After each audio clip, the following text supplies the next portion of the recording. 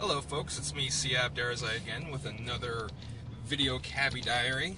This would be diary number 2 starting from 0, and at this topic, or today's topic, I want to talk about why I think that if you consider yourself a libertarian, you should drive a taxi.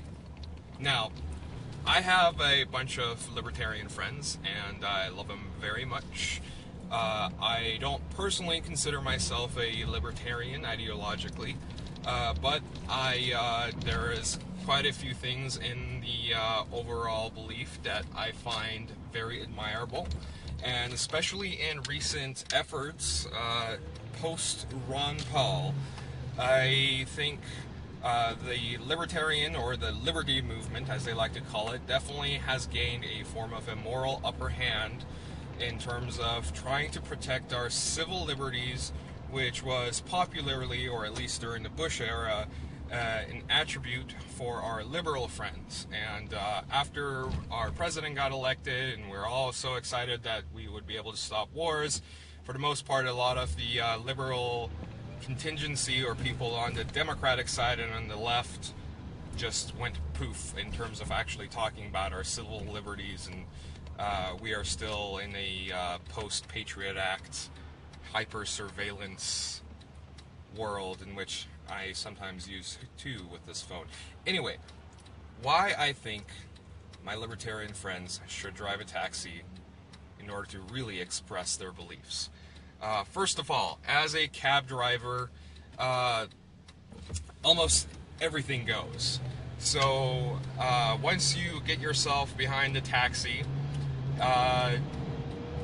you make up most of the rules as you go along, and those rules also do include the type of transactions you would have between you and your passenger, or what you are willing to accept as a cab driver from your passenger. So as long as you have your lease paid, it doesn't matter if you want to have your passenger pay you in dollars, great. You want your battery was almost out here. You want your passenger to pay you in gold teeth, go right ahead. You want your passenger to pay you in bitcoins, awesome. You want your passenger to pay you in coupons, go right ahead. As long as you pay your lease, the cab company doesn't care what you're getting paid for. Another reason, or reason number 2, is it's highly competitive, and it is you in a full-blown free market environment with other cab drivers who are out there trying to make the same type of money, trying to go after the same passengers. Now, different businesses might have different dispatch systems and means of getting passengers, but for the most part, you are on your own, and you are as good as you can be. So you want to be lazy and don't work, or just work 8 hours a day? Alright, you can go ahead and do that as long as you pay your lease. You're good.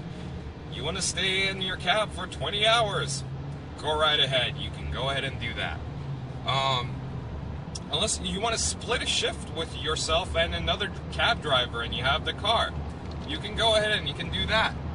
You basically can do quite a lot, and there's still a lot of freedoms here, with a few exceptions. You know, drug background checks, making sure that you did not rob cars or rob old ladies before you decided to apply for a cab driver. You know, I'm pretty sure there's still some of the hardcore libertarian friends that think that is an infringement of freedom, but hey, you know what? At least you know that when you have a cab driver, they are not a serial rapist. So, but back into just driving a cab on yourself and on your own, you have a lot of options, but at the same time, because you are officially a private contractor, you are fully responsible for yourself and your own safety as a cab driver. So, overtime? What's that? Workers' comp? Not happening. You want to get insurance, or how you think the company has you insured? Well, actually, the taxi's insured, but the driver is not insured unless you want to take out your own life insurance policy, which I'm pretty sure there's some decent rates out there. Sure, you can check Obamacare. They probably have life insurance policies somewhere if you dig around. I'm not sure. I'm kind of lying on that one. But in terms of having any type of guarantee of having money or having being able to have business, it's not there. So you are on your own in a car with a little computer, and for the most part you have a few set of guidelines and rules you want to do so it doesn't just descend completely into full-blown chaos. I don't want to use the word anarchy because I think it is a very misused word, but you are out there on your own. And actually, I'm pretty sure if you are in different countries like, Somalia or Thailand, or I can't say Malaysia because I'm pretty sure those guys are pretty strict there, but there are other parts of the world in the country where even the cab business, there's even less and less rules, and you just basically have to get in a cab and just, actually you might not even need to get into a cab. You just might have to just sit in a car and try to hunt people down, take them places, and charge them money. But that's the deal. You, for the most part, are on your own, and there's no Medicare that you're paying into. There's no overall anything. So if that is your deal, if you think that working 20 hours a day with no overtime is your way of life, and possibility of having the person behind you be Kanye West or like some guy who will stab you in the neck, you can go ahead.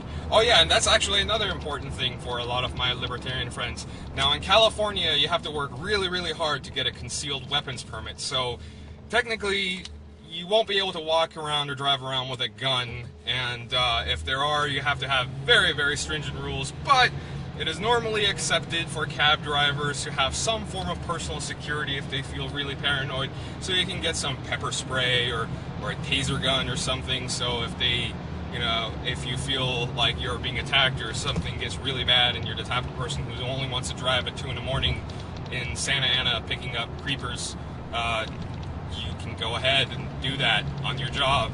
And, oh yeah, for uniforms, well, if you want to go pick up nice, upscale places, I guess you should follow the rules because that is what the free market demands, some type of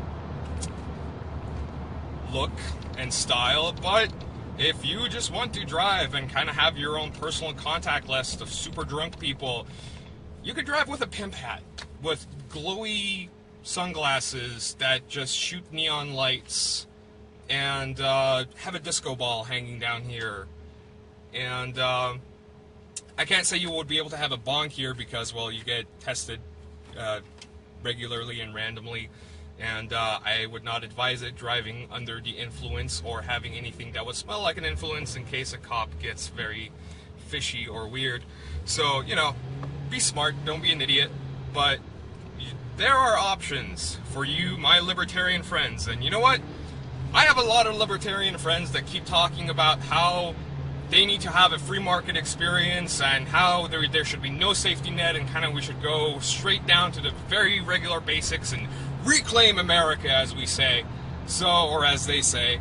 And, well, if you want to reclaim America and your libertarian vision of anything goes and full-blown cowboyism, even though there's still some type of, nanny state, padding that is around cab driving rules these days, put your money where your mouth is and drive a taxi.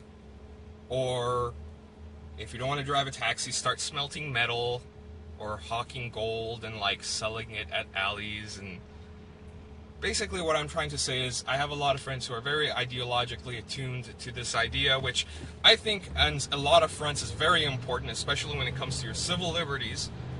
But I think there is a lot that we take for granted that we don't even think about on a regular basis that comes from this big, giant, quote-unquote, nanny state that people do utilize, including welfare.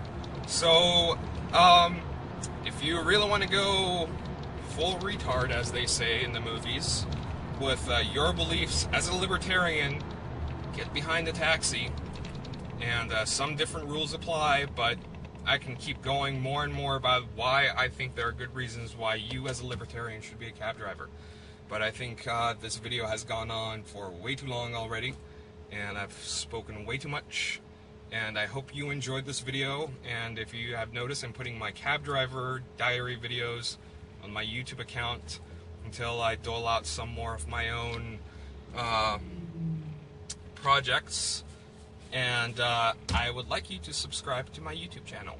So go to where the subscribe button is. I don't know if it's up or down or whatever. Anyway, I'm going to turn this thing off because there's a guy to my left that almost looks like a cop in a different car, so he might be trying to put moves on me, and if I get pulled over after this, I'd be very sad.